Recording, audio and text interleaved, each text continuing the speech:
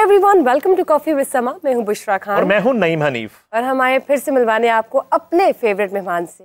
बताती चलूं कि वो पाकिस्तान के जाने माने मंजे हुए सियासतदान हैं। पाकिस्तान में तो उन्होंने 2 बार एज अ गवर्नर काम किया है, एज अ ट्रू पॉलिटिशियन। लेकिन जब बरतानिया की बात करते हैं तो बरतानिया में भी उन्होंने भरपूर सियासत की है, सियासी खिदमत भी अंजाम दी है और उसके साथ साथ मुल्क और कौम की खिदमत भी की है। वैसे तो सस्पेंस बुशरा आपने कोई छोड़ा नहीं है। जब आपने 2 टाइम गवर्नर कह दिया और ब्रिटेन पॉलिटिशियन कह दिया तो फिर तो मेरा ख्याल है कि अब हाम ख़त्म हो गया। और मेरे पास कहने को सिर्फ इतना है कि हमारे फेवरेट हैं, हमने बहुत पॉलिटिशियंस को कवर किया, दबंग, सच्चे सियासतदान, और पाकिस्तान और पाकिस्तानी अवाम का दर्द जो है वो इनके सीने में हमने हमेशा देखा। हमेशा उनके लिए यूके से भी जब बात हुई तो इस कौम का, इस मुल्क का दर्द जो है वो हमने देखा उनकी गुफ्तगू में, उनकी बातों में और उनके अज़ाइम में। अभी भी बहुत से प्रोजेक्ट कर रहे हैं। बिल्कुल मैं हायल नहीं होना चाहता। मेरी मुराद है दिलों के गवर्नर चौधरी मोहम्मद सरवर से। Welcome to the show sir. Welcome to coffee with Sama sir. क्योंकि वो सस्पेंस तो बुशरा ने खत्म कर दिया था। जब 2 दफा का गवर्नर का तो समझ गए आपके चाहने वाले। बुशरा में 2 लफ्जों में समझा दिया। जी अच्छा सर, इसमें थोड़ा सा हम एक आगाज डिस्कस करते हैं।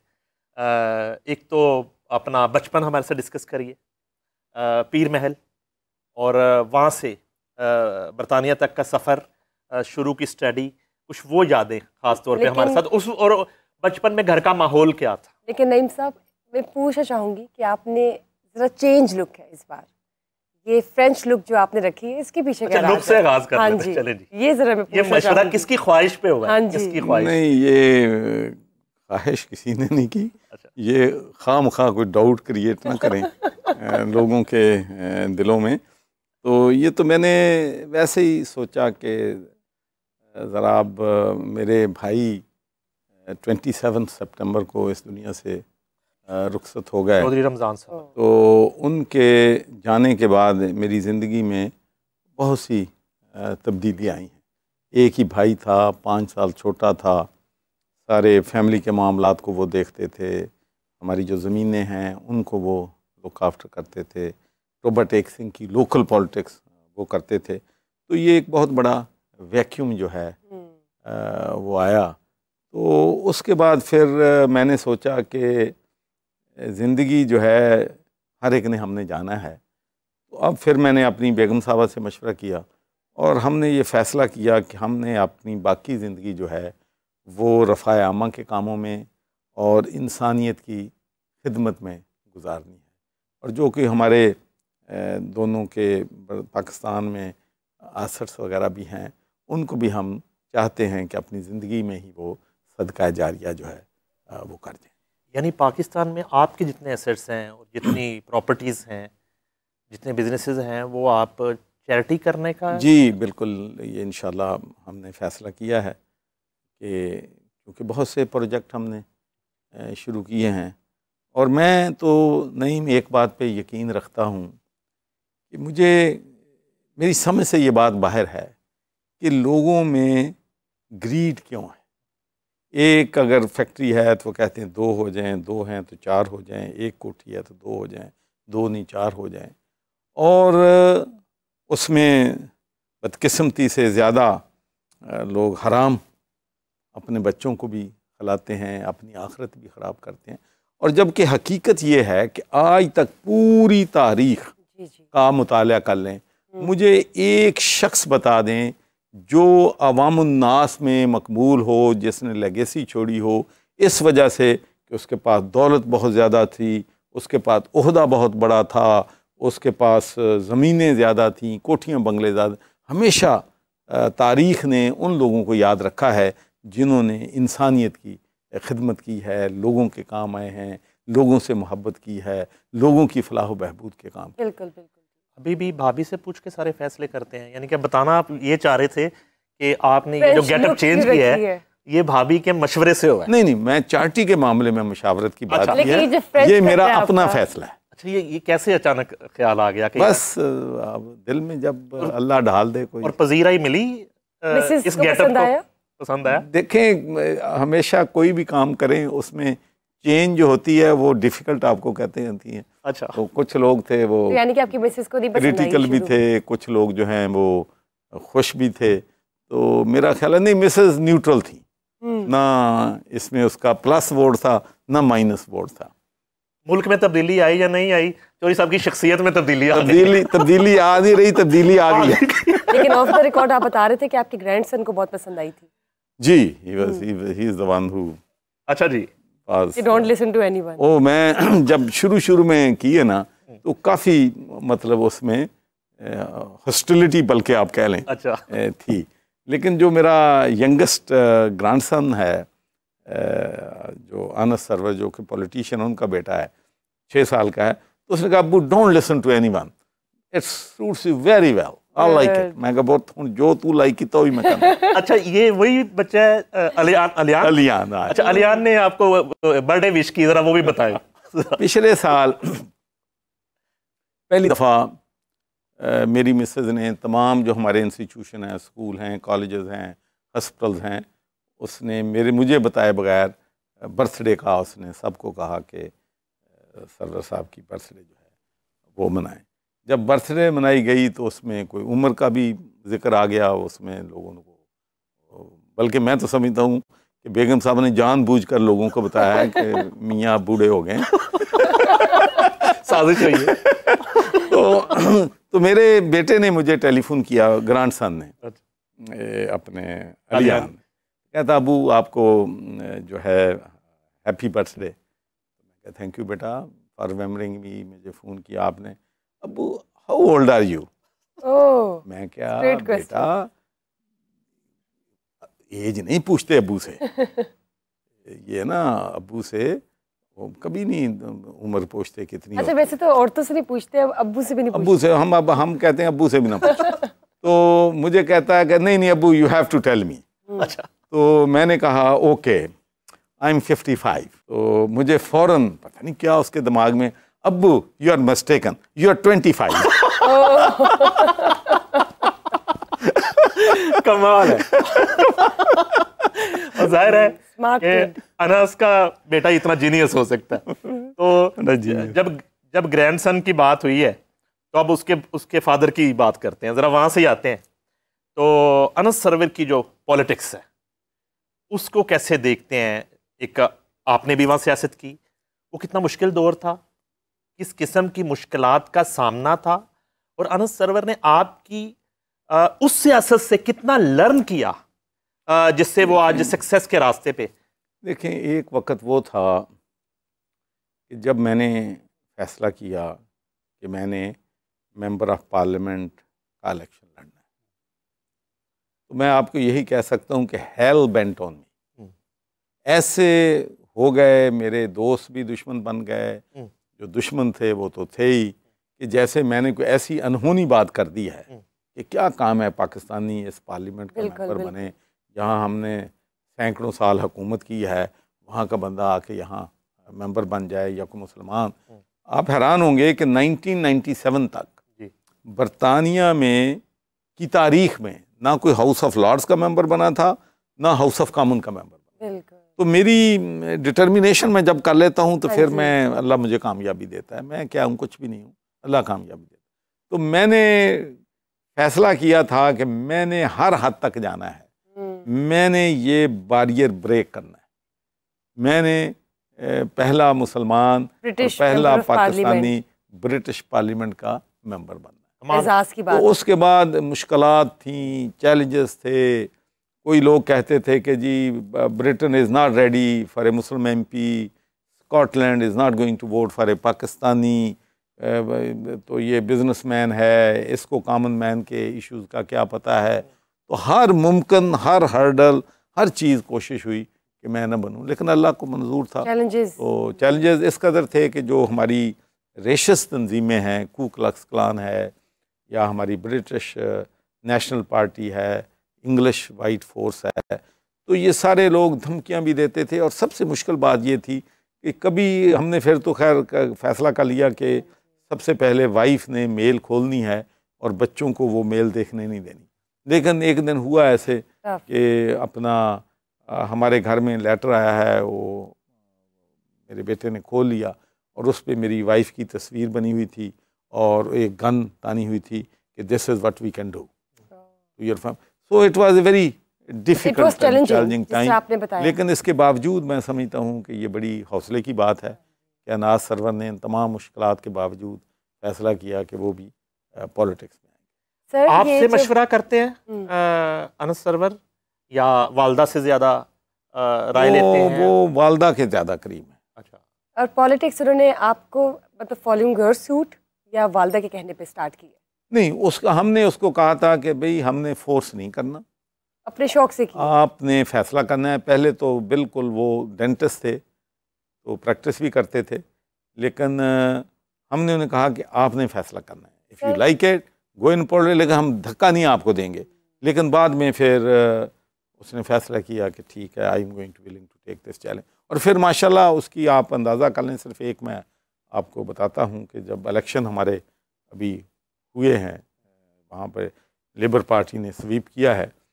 2019 में जब इलेक्शन हुआ था तो लेबर पार्टी ने आउट ऑफ 59 एक मेंबर ऑफ पार्लियामेंट की सीट जीती, एक। तो अब माशाल्लाह, और जो नेशनलिस्ट हैं, जो आज़ादी चाहते हैं, उन्होंने 48 जीती थी। वंडरफुल। तो अब इस इलेक्शन 2024 में लेबर पार्टी ने 37 जीती हैं, एक से 37 पे ले गए हैं, और उनकी 48 से 9 होगी। तो ये माशाल्लाह it's a great victory, great. और केयर स्टारमर भी प्राइम मिनिस्टर का ओथ लेने के बाद सबसे पहले अनस का शुक्रिया अदा करने के लिए स्कॉटलैंड गए। जब प्राइम मिनिस्टर की आपने बात की, जब हम बात करते हैं बरतानिया की, तो अब तक कोई भी ऐसा मुस्लिम पर्सनैलिटी नहीं है जो आई हो फ्रंट पॉलिटिक्स पे। हिंदू जो है वो फर्स्ट प्राइम मिनिस्टर है, तो आप देखते फोर्स ही करते कि बिल्कुल आएंगे जी। देखें वो बिल्कुल। और ये क्या वजूहत है, क्यों ऐसे? एक तो ये है कि हमारी बदकिस्मती आप कह लें कि हमारे लोग अपनी अंदरूनी लड़ाइयों में उलझे हुए हैं। एक पाकिस्तानी दूसरे पाकिस्तानी को बर्दाश्त नहीं करता, एक दूसरे की टांग जो है वो खींचनी चाहते हैं, और जिसकी वजह से हम आगे नहीं जा। मैं आपको सिर्फ एक एग्ज़ाम्पल देता हूँ। 1996 में उस वक़्त सिर्फ बरतानिया में ये डेली जंग, ठीक है, पॉपुलर था, और इफ्तिखार कैसर साहब उस वक़्त उसके एडिटर थे। तो उन्होंने 96 में एक कॉन्फ्रेंस बुलाई जिसमें तमाम जो हमारे सीनियर काउंसलर्स थे उनको बुलाया, स्कॉटलैंड से भी बुलाया, ब्रेडफोर्ड से भी मंगवाया, फिर मैनचेस्टर से जितने भी लोग थे जो ख्याल था कि पार्लियामेंट का इलेक्शन, लॉर्ड अहमद साहब थे, बुलाया जो मेंबर ऑफ पार्लियामेंट बन सकते हैं। तो टॉपिक उन्होंने ये रखा कि क्या 1997 में भी कोई पाकिस्तानी या मुसलमान मेंबर ऑफ पार्लियामेंट बन सकेगा। This was the topic. तो सारे लोग आए हुए थे, हर एक ने अपनी अपनी तकरीर करनी थी। तो चूंकि लॉर्ड अजीब साहब हम सब में से सीनियर थे, वो लॉर्ड मेयर भी रहे हैं ब्रेडफोर्ड के, he was the first Muslim Lord mayor in UK. उनकी तकरीर आखिर में थी, उससे पहले मेरी। तो मैंने अपनी तकरीर में कहा, मैंने कहा देखें बर्मिंघम जो है वहाँ पर हमारे पाकिस्तानियों का मेंबरशिप में भी ज़्यादा है, आबादी भी सबसे ज़्यादा है, ब्रेडफोर्ड में भी बहुत ज़्यादा है, मैनचेस्टर में भी है। तो इंशाल्लाह ये 3 सीटें जो हैं, ये तो मुझे यकीन है कि इंशाल्लाह हम जो है वो हासिल कर लेंगे। तो मैं भी कोशिश कर रहा हूँ, लेकिन मेरे हलके में सिर्फ 10% एथनिक मिनॉरिटीज़ के लोग हैं, जिनमें से 5-6% पाकिस्तानी हैं। मेंबरशिप भी हमारी इतनी नहीं है, तो मुझे तो गोरों के वोट पे जो है सिलेक्शन के लिए भी और अपनी इलेक्शन के लिए भी उन पे इंतज़ार करना पड़ता है। तो मैंने कहा, उसके बाद लॉर्ड मेयर अजीब ने फ़ोन किया, अपनी तकरीर की, तो उन्होंने कहा कि मैं सरवर साहब से इत्तफाक नहीं करता जो ये कह रहे हैं। तो मेरा ये सोच ये है कि बर्मिंघम से, मैनचेस्टर से, ब्रेडफोर्ड से किसी पाकिस्तानी ने मेंबर ऑफ पार्लियामेंट नहीं बनना, और इसकी वजह यह है कि वहाँ ज़्यादा पाकिस्तानी हैं। एक दूसरे को नहीं बनने देंगे। आपका ज़्यादा चांस है, आप मेहनत करें, हमें उम्मीद आपसे है। कमाल। और वही हुआ। जबरदस्त, क्या बात है। अच्छा सर, स्कॉटलैंड से ज़रा वापस पीर महल आपको लेके आ रहे हैं, तो वो ज़रा थोड़ा सा शेयर करिए। एजुकेशन जो है, स्टडीज़ जो है वो कहाँ हुई, और उस वक्त घर का माहौल क्या था, और बचपन में इसी तरह शरारती थे या अच्छा, अब आपको मैं शरारती लगता हूँ? जी कदरे। अच्छा, आप भी हाँ कर रही हैं बनिस्बत। अच्छा, मैं जी थोड़ा सा बैकग्राउंड में चला जाता हूँ कि 1947 में मेरी फैमिली जो है माइग्रेट करके पाकिस्तान आई, और उस वक्त बहुत मुश्किल वक्त था, रास्ते में बड़ी उनको तकालीफ उठानी पड़ी, और यहाँ पर आकर उन्होंने कोई ज़मीन जो थी उनकी, वहाँ पर उनका क्लेम जो है फैसलाबाद के नज़दीक एक गांव है 109 रोडा, वहाँ, लेकिन वहाँ हमारा कोई रिश्तेदार नहीं था, फैमिली नहीं थी, बरादरी नहीं थी। तो उसके बाद हम टोबा टेक सिंह में 331 सलीमपुर, जहाँ पे हमारी रिश्तेदारियाँ थी, तो हम वहाँ पर मूव हो गए। 1947 में हम ये फैसलाबाद आए हैं, और उसके बाद मेरे ख्याल में 52-3 में हम सलीमपुर मूव हो गए। तो मैंने अपनी जो प्राइमरी तालीम है वो सलीमपुर में हासिल की, और ना कोई चार दीवारी थी, अच्छा, ना कोई स्कूल के 2 कमरे थे, वो भी कच्चे थे, कहते टाट के स्कूल, और टाट के स्कूल जिनको कहते हैं, और हम दरख्त के नीचे गर्मी में टाटों पे बैठ के पढ़ते थे। अच्छा, ठीक है जी। लेकिन मैं आपको ये कहना चाहता हूँ कि उस वक़्त के जो हमारे उस्ताद होते थे वो बहुत ज़्यादा दिलचस्पी लेते थे बच्चों की तालीम। अब भी आप देख लें, अब तो बहरहाल हमने स्टेट स्कूल्स की तालीम का पट्ठा आता है, ਤੇ ਉਸ ਜ਼ਮਾਨੇ 'ਚ ਅੱਜ ਜਿੰਨੇ ਤੁਹਾਨੂੰ CSP ਔਰ ਮੈਜੋਰਿਟੀ ਲੋਕਾਂ ਦੀ ਆਰਮੀ ਹਰ ਜਗ੍ਹਾ ਮਿਲਦੀ ਆ, ਉਹ ਸਾਰੇ ਟਾਟਾਂ ਦੇ ਪੜ੍ਹੇ ਨੇ। Majority of them are from the middle classes. अब तो मिडिल क्लासेस प्राइवेट में भेज नहीं सकती, सरकारी स्कूलों में जो तालीम है वो सबके सामने है। तो टाटों पे बैठ के पढ़ें जी। 5वीं जमात मैंने पास की अपने गांव से, फिर 6ठी जमात में हमारे गांव से तकरीबन 2 मील के फासले पर स्कूल था जहां मैं 6ठी जमात में जाता। यानी कि आप डिटरमिन्ड थे शुरू से ही, आपको शौक था पढ़ने? जी शौक था, वालिदा का प्रेशर भी था कि पढ़ना है, घर आना है, तो उसने पूरा कहना है कि पढ़ो बैठ के। फिर शाम को कुरान के लिए भेजना अपने हाफिज़ साहब के पास, वहाँ जो है कुरान पाक जो है पढ़ें। तो 2 मील हम वहाँ पैदल जो है वो जाते थे, 2 मील पैदल आते थे। तो मिडल स्कूल में जब मैं 8वीं जमात में था तो मेरे लिए सबसे बड़ी अट्रैक्शन ये थी कि 9वीं जमात में हम बेंचों पे बैठेंगे। अच्छा, पेन इस्तेमाल करने वाली भी कोई हो? पहले तो टाटों पे थे, 8वीं जमात तक टाट ही हमारी किस्मत में थे। ठीक है जी। अब 9th में बेंच, 9th में बेंच हो गए। एक तो मुझे ये शौक था कि मुझे बेंचों पे बैठूंगा, दूसरा मेरी वालदा ने कहा कि अगर तुमने अच्छे नंबर लिए मिडिल में स्कूल में तो मैं आपको बाइसिकल खरीद के दूंगी। अच्छा, as a gift. Very good. तो माशाल्लाह मैं अच्छे नंबरों से पास हो गया। 9वीं जमात में गया तो वालदा ने मुझे बाइसिकल भी ले दिया। फिर उसके बाद मैं वो जो थे बेंचों पे भी बैठ के, नंबर तो हर इम्तिहान में आपके अच्छे आ ही जाते हैं। तो वो, लेकिन मैं बाइसिकल पे आपको बताना चाहता हूँ कि सिर्फ 2 हफ्ते गया हूँ। अच्छा। फिर वो जी गपशप जाते आंदे लगती सी, वो मिस कर लग पाया। ओके। मैं फिर बाइसिकल ते नहीं गया। मैं सौदे लैन ली पीर माल जो कि हमारे से 4 मील था, घर का जो चीज़ें खरीदनी होती हैं वो मैं उस पे साइकिल पे जाता था, लेकिन स्कूल में पैदल ही जाता था, पैदल ही गप्पे शप्पे जाते लगाते, वो मैं मिस करता था। तो कभी बंक की क्लास या मिस की या फ्रेंड्स के साथ शरारत कोई याद हो आपको अपने ज़माने की स्कूल की? शरारत हमारे पास ये है कि हम ये करते थे कि अगर थोड़ा बदल आ गया, थोड़ी जी बारिश हुई तो असी की करते थे कि चलो भी अज की जाना, बहाना पा लिया भी बारिश बड़ी हुई। अच्छा। वो एक दिन बारिश हो गई थी, इन्नी नहीं सी जिन्नी असी बना ली।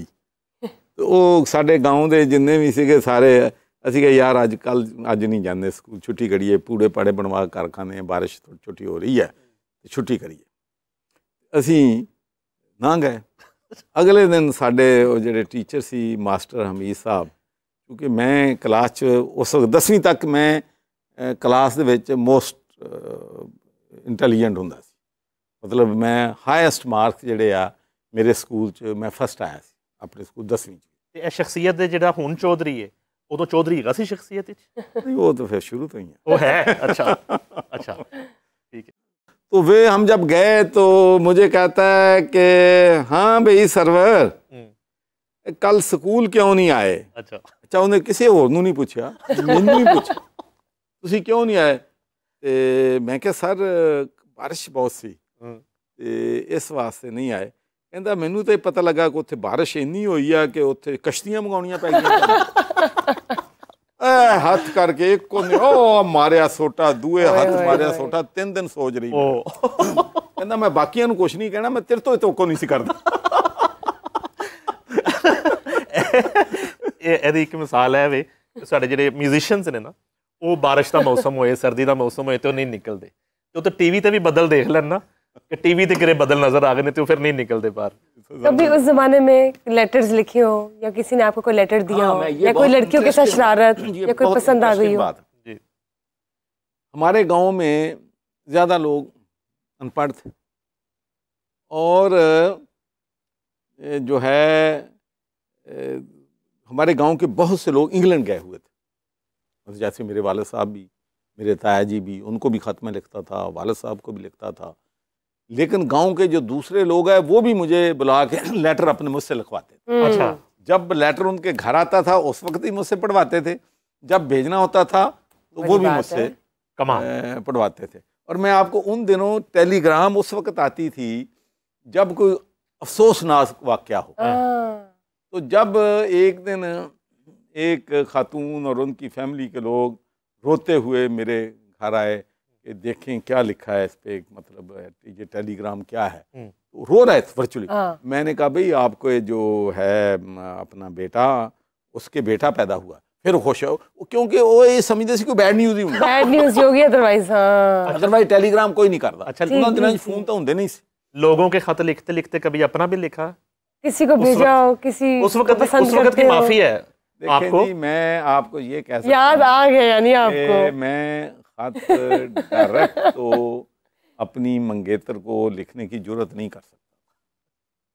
इन केस सेंसर हो जाए ਤੇ ਉਹਨਾਂ ਦੇ ਨਾ ਕੋਈ ਇਹਨੇ ਫਰੈਂਕ ਨਹੀਂ ਸੀ ਜਿਹੜੇ ਅੱਜ ਕੱਲ੍ਹ ਦੇ ਜ਼ਮਾਨੇ 'ਚ ਸੀ, ਠੀਕ ਆ। ਲੇਕਿਨ ਇੰਨਾ ਸੀਗਾ ਵੀ ਖਤ ਜਦੋਂ ਲਿਖੀਦਾ ਸੀ ਉਹ 'ਚ ਹਿੰਟ ਦੇ ਦਈਦਾ ਸੀ, ਉਹ ਫੈਮਿਲੀ ਪੜ੍ਹੇ ਤਾਂ ਉਹਨਾਂ ਨੂੰ ਸਮਝ ਆ ਜਾਵੇ ਇਹਦਾ ਮਤਲਬ ਕੀ है।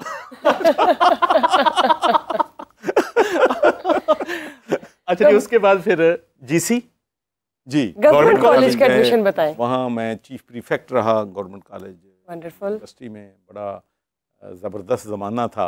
लेकिन एक मैं हकीकत तस्लीम करता हूँ कि जब मैं वालदा थी उधर तो वो डंडे से पढ़ा देते थे। फिर शहर आए हैं तो फिर जो माहौल आज़ादी मिले तो फिर जो मर्जी हो जाए, फिर वो असी फिर साड़ी हालत ये हुई कि सानू मैडिकल कॉलेज दाखला भी नहीं मिला। अच्छा। मेरे वालदैन की कोई ख्वाहिश थी कि साडा पुत्र जिहड़ा है डॉक्टर बन जाए। तो गवर्नमेंट कॉलेज में फिर आपके मार्क्स डाउन हो गए? डाउन नहीं, दाखला ही नहीं मिला मेडिकल कॉलेज में। अच्छा। तो फिर मैं कई दफ़ा सोचता हूँ कि भाई अपना शायद इसमें बेहतरी हुई। अगर मैं डॉक्टर होता तो चलो डॉक्टर इधर होता या बरतानिया में होता तो नुस्खे लिखदा ना। तो हुण माशाल्लाह 50 डॉक्टर कंसल्टेंट ये वो मेरे हस्पतालों चो काम कर रहे हैं। तो मैं एक दिन जो मैनू हुई डिग्री उत्थे मिली है honorary doctorate the university of west of Scotland ने मैनू दी for my services to politics, charity and other issues. तो फिर मैं वो डिग्री लेके अपनी वालदा के पास गया कि मैंने अम्मी और अब्बू से कहा कि भाई अब आप मुझे डॉक्टर कह सकते हो। कोई उस वक्त के कोई क्लास फेलोज जिन्होंने बड़ा नाम किया हो आपकी तरह? माशाल्लाह हमारे जितने भी वाला जो दौर था बहुत हमारे लोग जो हैं कंसल्टेंट बन गए, क्योंकि ज़्यादा लोग तो डॉक्टर ही बने हैं ना। जो हमारी क्लास थी उसमें तकरीबन 100 से ज़्यादा हमारे जो क्लास फेलो से, कोई किंग एडवर्ड में उनको दाखिला मिल गया, किसी को नश्तर में मिल गया, तो उन लोगों ने दाखिले लिए। कोई सियासतदान भी बना आपकी तरह? सियासतदान मेरा क्लास फेलो नहीं है। और आपने कभी सोचा? फखरी साहब मेरे से, जाहिद फखरी जो पोएट है, हाँ जी हाँ जी, ये मुझसे 2 साल जूनियर था। अच्छा। Government college. कमाल है, वो बिट नजर आती है आपके क्लास फेलो होने की उनके अंदर। अच्छा, अब जब पाकिस्तानी सियासत का आगाज़ किया, शुरू में आपका जो है वो पीपल्स पार्टी के साथ काफ़ी एक ताल्लुक रहा, मोहतरमा के साथ बहुत ज़्यादा आपका, वो इंग्लैंड के अलावा, और वो कौन सा दौर था और वो उनके साथ गुजरा हुआ वक्त जो है थोड़ा? देखें जी, मैं बेसिकली जब भी किसी के साथ कोई ज़्यादती होती है तो मेरा अल्लाह ताला ने कोई ऐसा बॉडी में है कि मैं ज़्यादती, जुल्म, वायलेशन ऑफ ह्यूमन राइट किसी के साथ भी हो तो मुझे उनसे हमदर्दी हो जाती।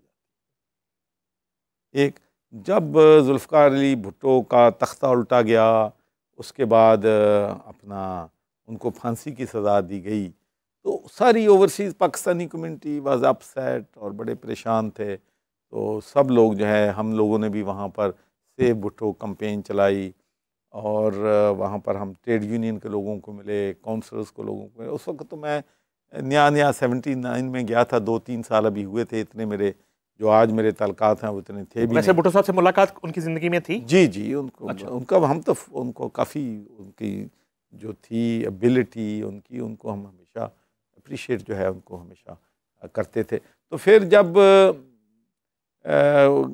उसके बाद फिर हमने एमपी से टेलीग्राम्स इधर दवाई, इधर ख़त लिखे, एम्बेसी को ख़त लिखे, लेकिन बदकिस्मती से हम सब लोग मिलके, पाकिस्तान के लोग, उनकी जान जो है वो नहीं बचा सके। उसके बाद फिर मोहतरमा बेनज़ीर भुट्टो साहबा I think in 1984 I think जब एग्ज़ाइल में आई हैं, तो फिर मेरा उनसे पहले तो टेलीफोन पे रब्ता हुआ और फिर मैं जाके उनको मिला।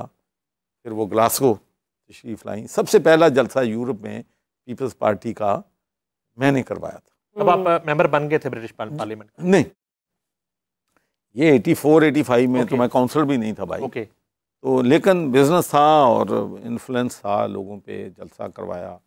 ज़ियाउल हक दौर था, कोई आसान काम नहीं था उस वक़्त भी जलसे कराना, जुलूस कराना। तो फिर जितनी भी मुझसे हेल्प हो सकती थी फाइनेंशली, मॉरली, बीबी की जब भी तशरीफ़ लाई, मेरे घर में ठहरी। इवन 2007 में पाकिस्तान आने से पहले वो ग्लासगो आई, हम उनको लंच पे ले गए, वहाँ पर बड़ी डिस्कशन हुई। तो कई भी चीज़ें जो हैं पार्ट ऑफ हिस्ट्री। एक चीज़ मुझे अक्सर कभी नहीं भूलती, तो मैंने बीबी से कहा कि बीबी, जब आप जो है ना, वो पहले वाला पाकिस्तान नहीं रहा, अब पाकिस्तान डिफरेंट हो गया है, तो आपको अपनी जो सिक्योरिटी है उस पे खसूसी तवज्जो देना है। बिल्कुल। तो जो लफ्ज़ उन्होंने कहा मुझे मैं कभी नहीं भूलता, मेरे आज भी मेरे जहन में एक लफ्ज़ उनका याद है। उन्होंने कहा कि सरवर साहब मुझे कहती थी, सरवर साहब ये मुझे डराते हैं ताकि मैं पाकिस्तान ना आऊँ। कोई अपनी बहन को भी कत्ल करता है या अपनी बहन के गोली चला देंगे, नहीं चलाएंगे। ये उनका कॉन्फिडेंस था। हर कॉन्फिडेंस लेवल मैं आपको बता रहा हूँ, ये मुझे और लोग भी थे वहाँ पर लंच पे। लेकिन आपने जो रेस्क्यू प्रोजेक्ट स्टार्ट किया 1122, पाकिस्तान वापस आने का फैसला, फिर उस वक्त आपने रेस्क्यू 1122 स्टार्ट किया। 1122 है ये, अभी मैं पाकिस्तान मूव नहीं हुआ था और स्टार्ट उस वक्त परवेज अलाई साहब के साथ मिलकर आपने चीफ मिनिस्टर थे। तो मैं चौधरी शजाद को और चीफ मिनिस्टर साहब को इन्होंने मुझे अपने घर पे अपना बुलाया नाश्ते के लिए। तो मैंने उनसे कहा कि भाई, ये जो हमने बरतानिया में जब एम्बुलेंस सर्विसेज को हस्पतालों से सेपरेट किया है तो हमारी एफिशिएंसी बहुत बढ़ गई है, क्योंकि हस्पताल का मिसयूज़ भी होता है और फिर एक जगह खड़ी हों और आप कहें कि नियरेस्ट अस्पताल में मरीज़ को उठा के भेजते हैं। तो मैंने कहा ये आप काम शुरू करें, ये काम ऐसा होगा कि आपकी लेगेसी लोग आपको याद रखेंगे कि आपने ये काम किया। ही टुक माय एडवाइस सीरियसली। और फिर उन्होंने कहा कि ठीक है। मैंने कहा अब एक काम करना है, आपने जो एक बेस्ट बंदा ढूंढना है उसको आपने मेरे हवाले कर देना है, बाकी ट्रेनिंग वहाँ सारा वो मैं करवाऊँगा। तो उन्होंने मुझे फिर डॉक्टर रिजवान नसीर, जब मैं अगली दफ़ा आया 3 महीने के बाद मैं आता था, तो डॉक्टर रिजवान नसीर भी वहाँ था और एम्बुलेंस भी इन्होंने अपनी एक बनाई हुई थी। तो मैंने रिजवान से कहा कि भाई आपके पास है, आपके पास वीज़ा? उसने कहा है।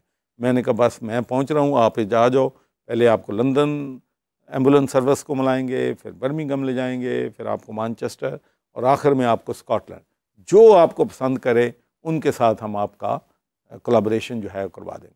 तो उसको स्कॉटलैंड ही पसंद आया। तो माशाल्लाह ये सारे स्ट्रक्चर, ये सारी ट्रेनिंग, हर 6 महीने के बाद यहाँ जितने ऑफिसर जाते थे सिर्फ किराया ही अपनी जेब से लगाते थे। होटल का खर्चा, इनके खाने का खर्चा, हर चीज़ जो है हम वहाँ पर दे। मैंने 3 जो हैं चीज़ें की हैं यहाँ पर, 3 जो मेरी एडवाइस पे, मेरी रिक्वेस्ट पे हुई हैं, रेस्क्यू 1112 और माशाल्लाह दुनिया में one of the best service. No doubt. अगर रेस्क्यू 1122 और इनके पास जो इनका नाम जो है दुनिया की बेहतरीन सर्विसेज में आता है, अगर रेस्क्यू सर्विस यहाँ पर कामयाब हो सकती है, जो मुश्किल काम है, तो बाकी अदारे क्यों नहीं हो सकते। फिर उसके बाद ओवरसीज़ पाकिस्तानियों के मसाइल थे, तो मैंने उस वक्त शहबाज शरीफ, हर चीफ मिनिस्टर इक्को काम मेरी मर्जी का करता है, परवेज़ इलाही ने किया अपना रेस्क्यू 1122, तो शहबाज शरीफ साहब ने पंजाब ओवरसीज कमीशन बनाया जो ओवरसीज पाकिस्तानियों के मसले हल करता है। वो आपके मशवरे पे बनाया? जी जी, मशवरे नहीं, वो सारा ही मैं ही ऑर्डिनेंस आप ही ने इसको लेके चले थे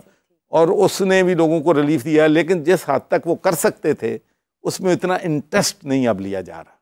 अगर गवर्नमेंट उसमें इंटरेस्ट ले तो मैं कहता हूँ कि आपको IMF के पास जो तरले करते फिरते ने, कभी 1 बिलियन लैंड ली, 2 बिलियन लैंड ली, ओवरसीज पाकिस्तानी ये सारा काम करता है। अगर उन्होंने इंसाफ मिलना, तीसरा मैंने आपको क्यों नहीं करने दी गई? इत्थे कहंदे ने ओ काम कर दे, इत्थे GSP+ मैं लेके आया उतों, वो आपका बहुत बड़ा क्रेडिट है। 2013 इत्थे कई लोग क्रेडिट लैंड नु तैयार सर, वो उस वक्त के प्राइम मिनिस्टर मियां नवाज शरीफ ने उसका एतराफ किया और वो एक बुक जो है उसमें मैंने उनके दस्तखत देखे हैं जी जी, जिसमें उन्होंने आपको खराज तहसीन पेश किया। देखें जी, मैं अर्ज करूं, ये मैं बहुत कम लोग होते हैं। गवर्नमेंट कॉलेज यूनिवर्सिटी में फंक्शन था और वाइस चांसलर जो थे वो कह रहे थे कि जी हम मियां नवाज शरीफ साहब के बहुत मशहूर हैं, इन्होंने हमें GSP+ लेके दिया, ये किया वो किया। तो मैंने क्रेडिट तो प्राइम मिनिस्टर को जाना चाहिए, जो भी करे, एंड ऑफ द डे जो भी काम अच्छा होता है। अगर इमरान खान के दौर में काम हुआ है वो बेशक मैंने किया है, क्रेडिट तो जाएगा उसको। तो मैं बड़ा खुश था कि इनका नाम, लेकिन जब मियां नवाज शरीफ साहब गए हैं स्टेज पे, उन्होंने कहा भाई तेरी मेहरबानी GSP+ चौधरी सरवर गवर्नर साहब लेके आए। मैं कहता हूँ कि जो मैं कर सकता हूँ, कम अज़ कम मैं पिछले 11 साल से इधर हूँ, मैं 1988 से बरतानिया की पॉलिटिक्स में हूँ, मुझे एक दिन ये सोचना नहीं पड़ा कि मैं ये ज़्यादा कर सकता था। मैंने हर काम जो है, जो कुछ कर सकता था, चाहे वो कश्मीर का इशू है, चाहे वो पैलेस्टाइन का इशू है, चाहे वो GSP+ का इशू है, या पाकिस्तान की एड का इशू है, ये लोगों को नहीं पता। यहाँ अप्रिशिएशन का ज़माना नहीं है। मैं जब मेंबर ऑफ पार्लियामेंट बना था, पूरी दुनिया जानती है कि 20 मिलियन पाउंड एड थी UK एड पाकिस्तान के लिए। तो जब मैं छोड़ के आया हूँ ओवर 400 मिलियन थी। Pakistan was the biggest recipient of UK aid in the world. अब फिर दोबारा नीचे आ गई है भाई। जब आप उन प्रोजेक्ट को नहीं चलाएंगे, उनको ट्रांसपेरेंसी नहीं उनको लेके आएंगे, तो इंटरनेशनल इतना पैसा पड़ा है, बुशरा बीबी, इतना पैसा पड़ा है कि यूरोपियन यूनियन के पास 40 बिलियन यूरोज हैं फॉर दीज हेल्थ एजुकेशन और इनके लिए जो एड है के लिए। बरतानिया के पास ओवर 10 बिलियन बरतानिया का है, अमेरिका का बजट है, लेकिन कोई लेने वाला तो हो और इस्तेमाल करने भी नहीं आ रहा। जब बरतानिया में नाम हो गया था, पूरा लोहा आपने मनवा लिया, वो कौन सी शख्सियत थी जिसकी आवाज़ आपके कान में सबसे पहले पड़ी कि चौधरी साहब आपको पाकिस्तान जाके पॉलिटिक्स करनी चाहिए? ये फैसला कैसे सोचा आपने पाकिस्तान का? जब मैं था उधर एक्साइल में, तो मियां नवाज शरीफ साहब से और शहबाज साहब से, चूँकि मैं मेंबर ऑफ पार्लियामेंट था, वहाँ जाता था, तो इनसे मुलाकातें होती थीं। तो उन्हीं के जो है वजह से मैं पाकिस्तान जो है वो आया था। और एक बात मैं एक्नॉलेज करना चाहता हूँ कि उस वक़्त शहबाज शरीफ का ख्याल था कि मैं गवर्नर ना बनूं और मैं सेनेट में आके कोई मियां साहब के साथ बात करूं, और मैं समझता हूं आज भी कि वो बेटर एडवाइस थी। बेटर एडवाइस थी। It was a better advice. It was a better. Vice chancellors की बात हुई। हाँ जी, वाइस चांसलर्स की आप बात जी, मैं वाइस चांसलर की आपको बताता हूँ कि जब मैं गवर्नर बना दूसरी दफ़ा जी, तो मैंने एक फैसला किया कि अंडर माई वॉच मैंने वाइस चांसलर मेरिट पे लगाने। सर्च कमेटी, मैं आपको प्रोसीजर बता दूं, अब भी फटा पड़ा हुआ है। फटा पड़ा हुआ है। इसी हवाले से मैं इसलिए मैं आपको इसी कॉन्टेक्स्ट में बात करूं। मुझे कोई, चूंकि मैं अब नॉन पॉलिटिकल हूं और मैं तो सिर्फ जो कंस्ट्रक्टिव बात करूंगा, नेगेटिव बात नहीं करूंगा। जो अच्छी चीज़ें मुल्क में होनी चाहिए उनकी बात। हम तो आपके एक्सपीरियंस से इस्तेफादा करना चाहते हैं। अगर एक्सपीरियंस मुझसे इस्तेफादा करते तो शायद इस मुल्क में जो हम बरतानिया में देखते हैं वो इधर हो जाता। मैं तो प्रैक्टिकल पॉलिटिक्स की थी, लेकिन यहाँ कोई सबसे एक ही प्रॉब्लम है, कोई बंदा भी पावर नीचे डिवॉल्व नहीं करना चाहता। अब्सोल्यूट पावर, ना power makes you corrupt, absolute power makes you absolutely corrupt. ये एक हमारी मुल्क की अलमिया है। तो वाइस चांसलर की बात हो रही है। जी सर।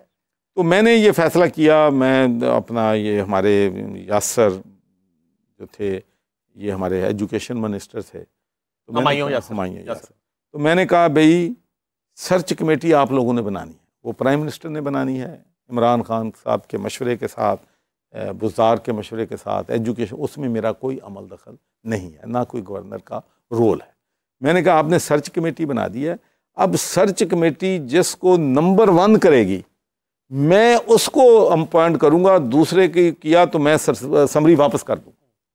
अटेम्प्ट की इन्होंने, 2-3 समरियाँ भेजी, मैंने वापस कर दी। इतने ऑब्जेक्शन लगा के वापस की कि दोबारा उन्हें भेजने की हिम्मत नहीं। तो मैंने 18 वाइस चांसलर लगाए हैं और मेरिट पे लगे हैं। और उसका फ़ायदा ये हुआ है, ये बहुत अहम बात है, अगर आप एक यूनिवर्सिटी में मेरिट पे वाइस चांसलर लगाते हैं तो वो 30,000 बच्चों का एवरेज मुस्तकबिल बनाता है। वेरी गुड, माशाल्लाह, जबरदस्त चीजें कर रही हैं। लेकिन सिस्टम बना दें तो मुल्क ठीक हो, ट्रांसपेरेंट, लेकिन सिस्टम बनने नहीं देते। बिल्कुल सही आपके बात। ट्रांसपेरेंट मैकेनिज्म को सुन के मुझे ऐसे लग रहा है कि स्कॉटलैंड में वीसी की भर्तियों की बात हो रही है। मुझे यकीन नहीं आ रहा आपकी गुफ्तगू यहाँ पे से। जिस वक्त ये तो मामला चल रहा है, मुझे बता दें कि एचिसन कॉलेज में जो दाखिले हुए हैं 2013 में, जी सर, उनमें देखा नहीं कि कोई फेडरल मिनिस्टर हो, इवन प्राइम मिनिस्टर हो, चीफ मिनिस्टर हो, उनकी फैमिली के बच्चों को दाखिले नहीं मिले। मैंने नहीं दी ये सिफारिश पे, नहीं मेरिट आपके पर प्रेशर तो आता होगा, ऑफर्स भी आती होंगी, कैसे डील करते होंगे? ये जरा मेरिट ते सच, ये मेरे जोड़ी पे आ गया। ये आपने इस प्रोग्राम का सबसे कड़वा सच बोल दिया, सबसे कड़वा सच। आप डूअर है, गवर्नरशिप ही आपने 2 बार की चूज की, आप कुछ और मैंने चूज नहीं की मैडम, यही तो इसमें मैं ऐड कर देता हूँ। मैं यही बात करने वाला था कि आप तो मैंने पहली दफा चूज की थी, मैंने कह लिया ना, मैंने एक्नॉलेज किया ना, वरना कौन एक्नॉलेज करता है। मैंने कहा कि शहबाज साहब और नवाज शरीफ चाहते थे कि सेनेट का बनूं, और वो मैंने डिक्लाइन कर दिया, आपने डिक्लाइन किया और ये गवर्नरशिप ली। दूसरी दफा जो है वो मुझे दी गई है, मैंने मांगी नहीं थी। अच्छा, क्या 2018 मैं तो चाहता था, मैं आपको बताऊं, आज भी मैं ये कहता हूं कि इस मुल्क का जो मसले हैं ना, 3-4 मसले हैं, अगर हल कर दें तो यकीन माने कि हमें ना किसी के पास जाने की ज़रूरत है, IMF के पास, ना वर्ल्ड बैंक के पास, और सिंपल है, कोई रैकेट साइंस नहीं है। सबसे बड़ा मसला, मैंने प्राइम मिनिस्टर साहब से पार्टी को कहा कि एनर्जी है सबसे बड़ा इस मुल्क का, और मेरे पास एक्सपीरियंस है। मैं जब स्कॉटिश अफेयर सेलेक्ट कमेटी का चेयरमैन था तो मैंने इस पर बहुत ज़्यादा, मेरी कमेटी ने काम किया था। तो से एनर्जी का इशू जो है ये मुझे दे दें टास्क, लेकिन मुझे हाथ ना बांधें, मुझे फैसले करने दें। लेकिन मुझे गवर्नर लगा दिया गया। लेकिन सबसे बड़ा मुझे ये बताएं, आज आप फरेंसिक करवा लें, ये मैं चैलेंज करता हूँ, जो IPPs लगे हैं जिस दौर में भी लगे, भूल जाए, मैं किसी एक पार्टी को नहीं कह रहा, मैं 2-3 चीज़ें आपको बताने लगा हूँ जो गलत हुई हैं, हर दौर में होती हैं। जब ये IPPs लगे हैं, अगर उस वक़्त मार्केट में 100 मेगावाट की वैल्यूएशन जो थी 100 मिलियन में लगना था, तो वो पाकिस्तान में 150 मिलियन में लगा है। और उसका किया क्या है इन्होंने ज़मीनें जो खरीदी हैं, मेरे इल्म में है, ज़मीन खरीदी अगर 10 लाख में तो शो कर रहे हैं 40 लाख में खरीदी है। ये अगर बाहर से मशीनरी अगर 100 मिलियन की लाई है, ओवर इन्वेस्टमेंट करके 125 कर रहे हैं। और इन्होंने अपनी जेब से पैसे नहीं लगाए, वो किकबैक्स लेके लगा दिए हैं और मुल्क को लूट रहे हैं। मुझे बताएं दुनिया में, I want to ask this to government, I want to ask this to IP owner, कि दुनिया में कोई ऐसा मुल्क है कि आप बिजली पैदा करके करें 50 मेगावाट और हुकूमत आपको 100 मेगावाट के पैसे दे?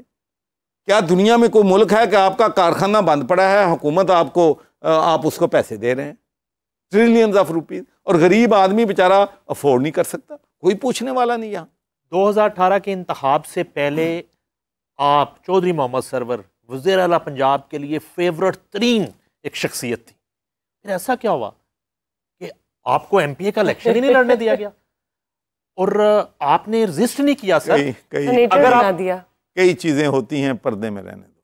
अच्छा सर, चले आज पर्दा आगे हटा बढ़ते दें हैं। कॉफी विद समा में, बताइए। अगर आप इंतखाब लड़ जाते अपने हल्के से और यकीनन आप एमपी होते, जब आप एमपी होते तो उस सिचुएशन में बताएं आपसे मजबूत यकीनन एमपी होते पे क्वेश्चन मार्क। अच्छा, इसका भी डाउट था आपको? नहीं, डाउट नहीं था, मुझे इल्म हो गया था। ठीक। दैट्स व्हाई आपने फैसला बदला। ये आपने शाह महमूद का नहीं देखा? एनए का इलेक्शन वो कितनी मेजॉरिटी से जीत रहा है, एमपी का इलेक्शन हार गया। तो वो आपके साथ तो नहीं हुआ, तो फिर सूबे के साथ हुआ, वो तो फिर ये सूबे का गलतियां नुकसान जो हुआ। देखो ना, इंडिविजुअल करते हैं। मैं आज भी कहता हूँ बहुत मतलब मैं अपनी ज़ात के लिए नहीं कहता कोई, मैं कोई बहुत नहीं। शाह महमूद कुरैशी साहब भी बहुत आइडियल कैंडिडेट थे, जहांगीर तरीन भी कॉम्पिटेंट था, तो अलीम खान था, और लोग बहुत थे जी। अगर बुज़दार की जगह कोई और चीफ मिनिस्टर होता तो पंजाब में पीटीआई को कोई शिकस्त नहीं दे सकता।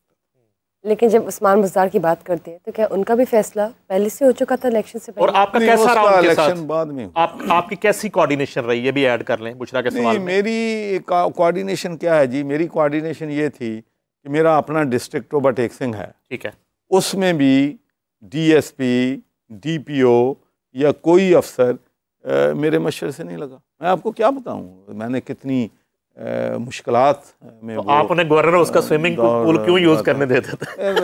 भाई क्या बताएं आपको, बस ये चीज़ें ऐसी हैं जो बड़ी तकलीफ़ दे हैं। देखें, मैंने एक तो गवर्नरशिप मर्जी से नहीं ली थी, दूसरी बात यह है कि मैं शाह महमूद कुरैशी साहब के पास गया, मैं कहा शाह साहब मैं आपकी वजह से मैंने गवर्नरशिप ली थी, अब प्लीज़ आप मुझे वहाँ से निकालें, मुझे सेनेट में ले आए। सेनेट में नहीं लेना, मुझे कुछ भी नहीं दें, लेकिन मुझे बाइज़्ज़त तरीके से वहाँ, मैं कंफर्टेबल नहीं हूँ। कैसे आप कंफर्टेबल हो सकते हैं जब चीज़ें ठीक नहीं चल रही हों? हम हर बाई इलेक्शन हार रहे थे, हमारा जो थी पोजीशन, देखें पंजाब सबसे बड़ा सूबा है जी। 54% ऑफ पाकिस्तान इज़ पंजाब। अगर पंजाब नहीं चलेगा तो मुल्क नहीं चल सकता, एक सूबा भी नहीं चलेगा तो मुल्क नहीं चल सकता। ये हमारी इकाइयाँ हैं, उनमें अगर तरक्की होगी वहाँ पर काम होगा। मैं एक सिर्फ आपको, वर्ल्ड बैंक पैसे देती है, खर्च नहीं होते। ये पैसे जो हैं AIIB ने $500 मिलियन अप्रूव किया डिस्ट्रीब्यूशन नेटवर्क के लिए और क्लीन ड्रिंकिंग वाटर के लिए और ट्रीटमेंट प्लांट के लिए। 3 सालों में हम लोकेशन नहीं फाइनलाइज कर सकते। इंटरनेशनल जी फंडिंग आती थी वो भी सारी ड्राई हो गई हमारी, उसको भी किसी ने कोई मॉनिटर करने वाला नहीं, सोचने वाला नहीं है। तो बस फिर क्या होना था। तो किस स्टेज पे दूसरी मर्तबा जब आप गवर्नर थे, उस वक्त के प्राइम मिनिस्टर के साथ आप की एक मुशावरत का सिलसिला टूट गया? जब वो पहले आपसे मशवरा करते थे, आपको बुलाते थे, मीटिंग्स करते थे, आपकी गाइडेंस होती थी बतौर। देखें, मैं आपको बताऊं कि जब प्राइम मिनिस्टर होता है ना, उसके पास बड़े प्रेशर्स होते हैं। एक जो पीटीआई है उसका एक अलमिया ये भी है कि पार्टी के अंदर आपस में बहुत ज़्यादा प्रेशर ग्रुप्स हैं, जिसकी वजह से भी प्राइम मिनिस्टर के लिए मुश्किलात होती हैं, चैलेंजेस होते हैं।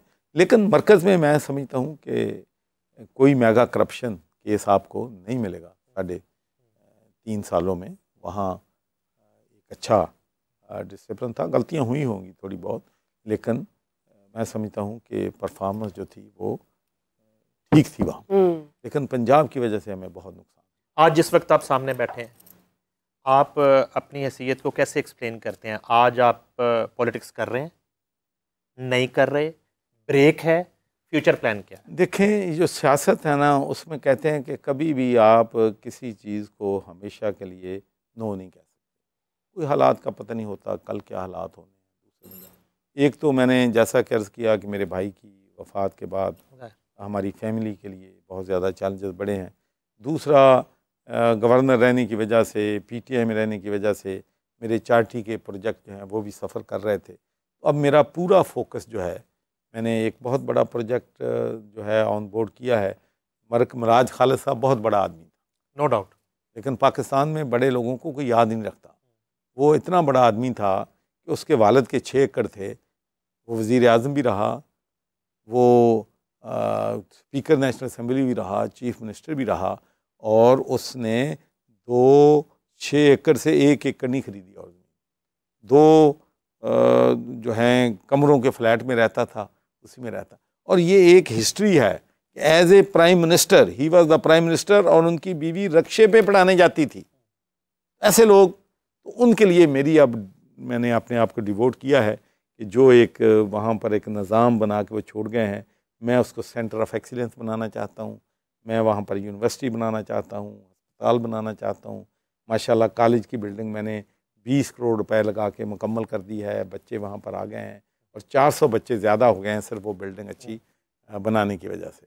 तो इंशाल्लाह इन चैरिटी के, यानी कि आप चैरिटी की तरफ जाएंगे, पाकिस्तान की सियासत से आप मैं हमेशा के लिए, तो मैंने कहा कि से नो, लेकिन इस वक्त तो मैं फिलहाल किसी यही पार्टी आपके का हिस्सा नहीं हूँ। जब आपने गैर मशरूत बिलावल भुट्टो जरदारी को सपोर्ट किया, उनके हलके में जाके बड़ी आपने वहाँ पे मेहनत भी की, तो वहाँ एक पीपल्स पार्टी जो है ना, ज़रूर उनकी लीडरशिप से भी बात होती है, वो उम्मीद लगाए रखते हैं कि वो आपको दावत देंगे, तो शायद आप उनकी दावत का भी कबूल करें। देखिए, मैं एक तो ये अच्छा किया आपने सवाल कर दिया। बहुत से लोग समझते थे कि जब मैंने बिलावल भुट्टो को सपोर्ट किया है तो शायद मैं पीपल्स पार्टी में शामिल हूँ। पहली बात तो यह है कि भुट्टो फैमिली से मेरे ज़ाती ताल्लुकात हैं। जो बेनज़ीर का बेटा है वो तो कहीं से भी खड़ा होगा ना, मैं उसको सपोर्ट करूँगा। दूसरी बात, मैं ज़ाती तौर पर समझता हूँ कि देखें, सियासतदानों को मुश्किल फ़ैसले करने पड़ते हैं। ये एक मुश्किल फ़ैसला, देखो ना, किसको नहीं पता कि लाहौर में पीपल्स पार्टी का कोई वजूद नहीं, किसी को शक है? लेकिन इसके बावजूद उन्होंने कहा कि ये पंजाब का कैपिटल है और मैं पूरे पाकिस्तान है, मैंने यहाँ से इलेक्शन लड़ना है। तो अगर यूसुफ रज़ा गिलानी और उसके बच्चे मुल्तान से जीत सकते हैं तो वहाँ पर भुट्टो नहीं जीत सकता था बिलावल। अगर अहमद महमूद के बच्चे रहीम यार खां से जीत सकते हैं तो बिलावल वहाँ से जीत नहीं सकता। मैं समझता हूँ कि एक एज ए सिंबल एक अच्छा फ़ैसला था। हार जीत कोई इशू नहीं है, उसका बड़ा अच्छा फ़ैसला था। मुझे उसकी ये बड़ी अच्छी लगी और इसलिए मैंने उसको। तकरीबन सारी बातें हुई हैं। काफ लीग पे भी अगर थोड़ी हो जाए बात, सुना कि आपने काफ लीग की पॉलिटिक्स को कैसे देखते हैं? देखें, मैं इस बारे में सिर्फ यही कहूँगा कि चौधरी शुजात साहब जो हैं, मैं उनका बहुत एहतराम करता हूँ। तो जब वो मेरे पास आए तो मैं फिर उसके बाद और कोई दोस्तों ने कहा तो मैं उनको ना नहीं कह सकता था। दूसरी बात यह है कि मैं आपको आज भी आपसे कहता हूँ, अगर उनकी सेहत इजाज़त देती होती तो ये पाकिस्तान में अब जो बना हुआ है एक जो इंस्टेबिलिटी है पॉलिटिकल, मैं समझता हूँ कि वो ब्रिज का किरदार अदा कर सकता। तो आपको क्या लगता है कि वो तारीखी गलत सिमत पर जाकर खड़े हो गए? उनका जो डिसीजन था गलत है? ये मैं कभी नहीं कहूँगा। सियासी लोगों को अपने फ़ैसले करने होते हैं, उनको अपने बेटे का, अपने सियासी मुस्तकबिल का, उनको बेहतर रोशनी डाल सकते हैं। लेकिन मैं तो ये कहूँगा कि परवेज़ इलाही के साथ मेरा हमेशा एक बड़ा एहतराम का रिश्ता रहा है और उन्होंने कभी भी, मैं नहीं समझता कि उन्होंने मेरी ज़ात के बारे में या मेरे बारे में कभी रब्ता किया भी उन्होंने? जेल से वापसी पे कभी रब्ता किया? कभी नहीं, मेरा रब्ता उन पे एक टेलीफोन पे मैंने अपनी से ज़ाहिर हमदर्दी जो है वो किया था। तो अब भी मैं सब, जो भी बंदा मुश्किल में है मेरी उसके साथ सिंपथी है, चाहे वो परवेज़ इलाही हो, चाहे वो इमरान खान हो, चाहे वो जब ये मुश्किल में थे तो हम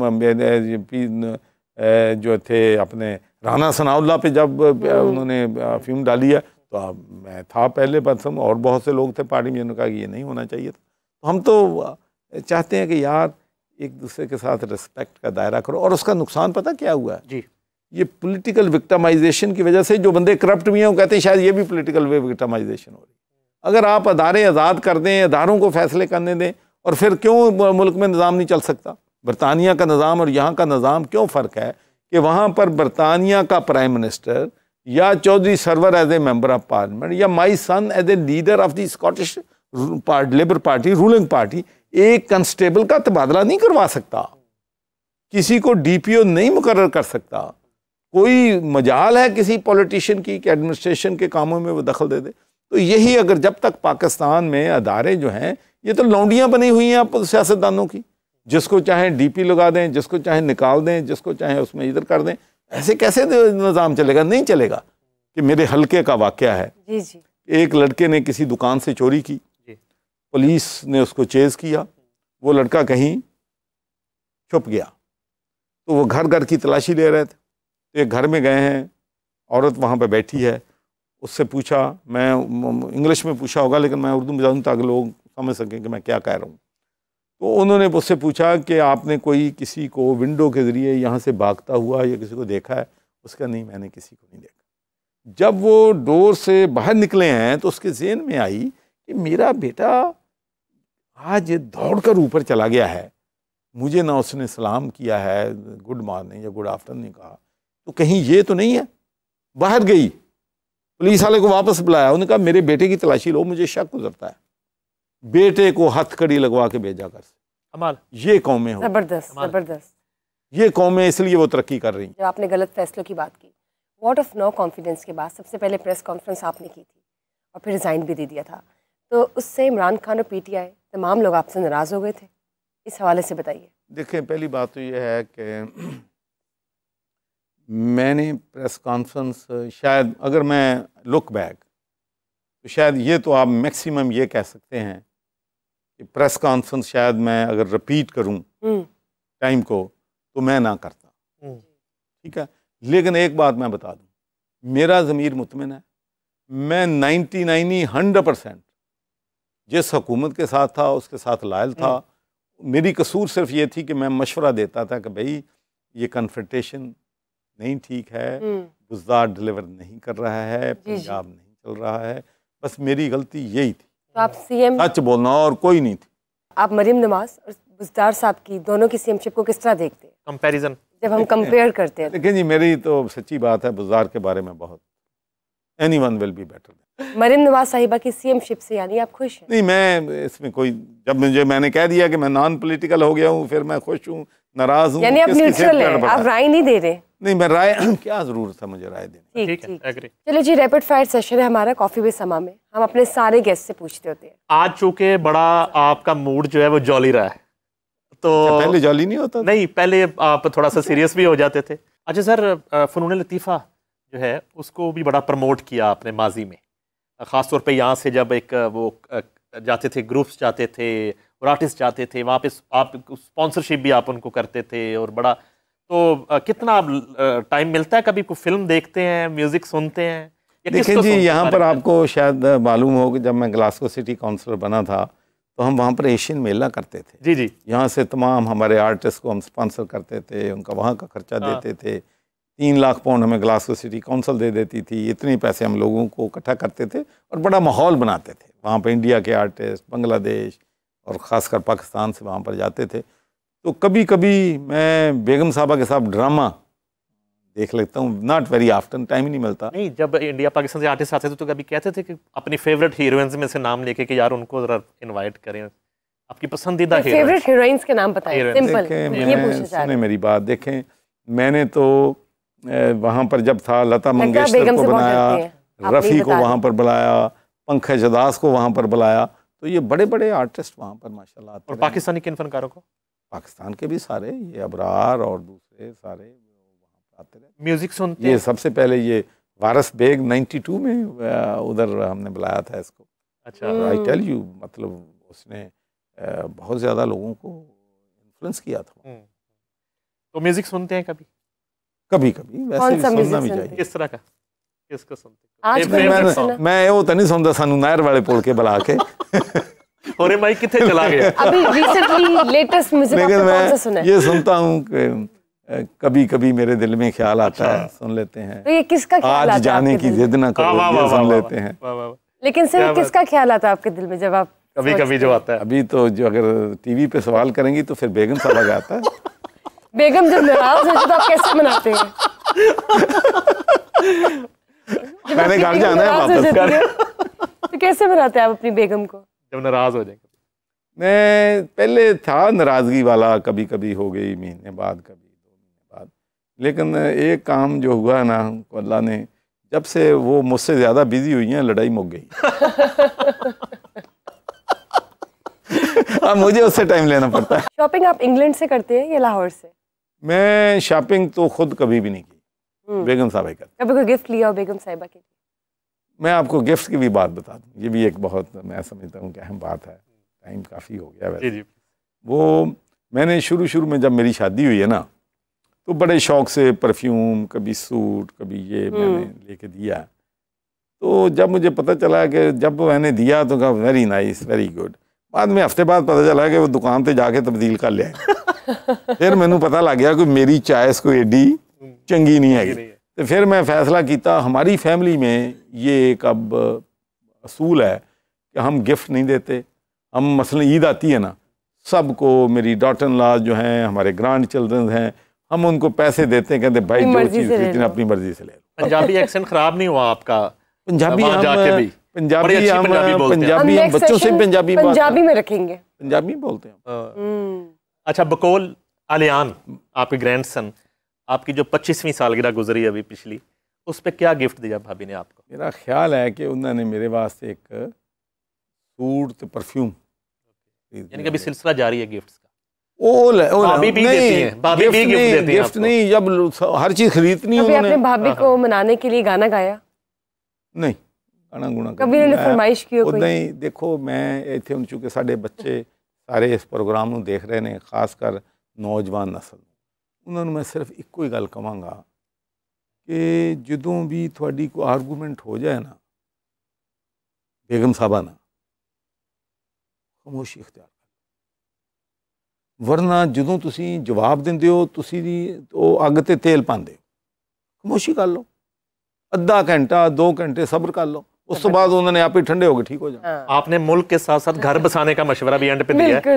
घर बसाना है तो क्या जज्बाती होना, अगर कोई करता है भाई सोचो, कोई नहीं, फिर किया कहता है, खामोशी। नहीं, आपने बहुत बेहतरीन बात की। बहुत शुक्रिया, थैंक यू सर, बहुत बहुत शुक्रिया आपकी तशरीफ आवरी का। कॉफी विद समा में लेजेंडरी चौधरी मोहम्मद सरवर हमारे साथ मौजूद थे। आज जहां हमने वेस्ट की पॉलिटिक्स को डिस्कस किया, पाकिस्तान की सियासत को डिस्कस किया, उसके साथ साथ उनकी ज़िंदगी के बहुत ही खूबसूरत और यादगार पहलुओं को भी डिस्कस किया, और बहुत सी ऐसी डिस्कशन आज हमने उनके साथ की जो शायद इससे पहले कभी उन्होंने किसी के साथ शेयर ना की हो। बिल्कुल ठीक बात की आपने। आज जो कॉफ़ी विद समा था वो मज़े की गपशप चल रही थी चौधरी साहब के साथ, बहुत मज़ा आया हमें, बहुत बहुत हम इनके शुक्रगुजार हैं कि उन्होंने अपना कीमती वक्त निकाला। मुझे नईम साहब को दीजिए इजाज़त, फिर से मुलाकात होगी आपके फेवरेट गेस्ट के साथ। अल्लाह हाफ़िज़।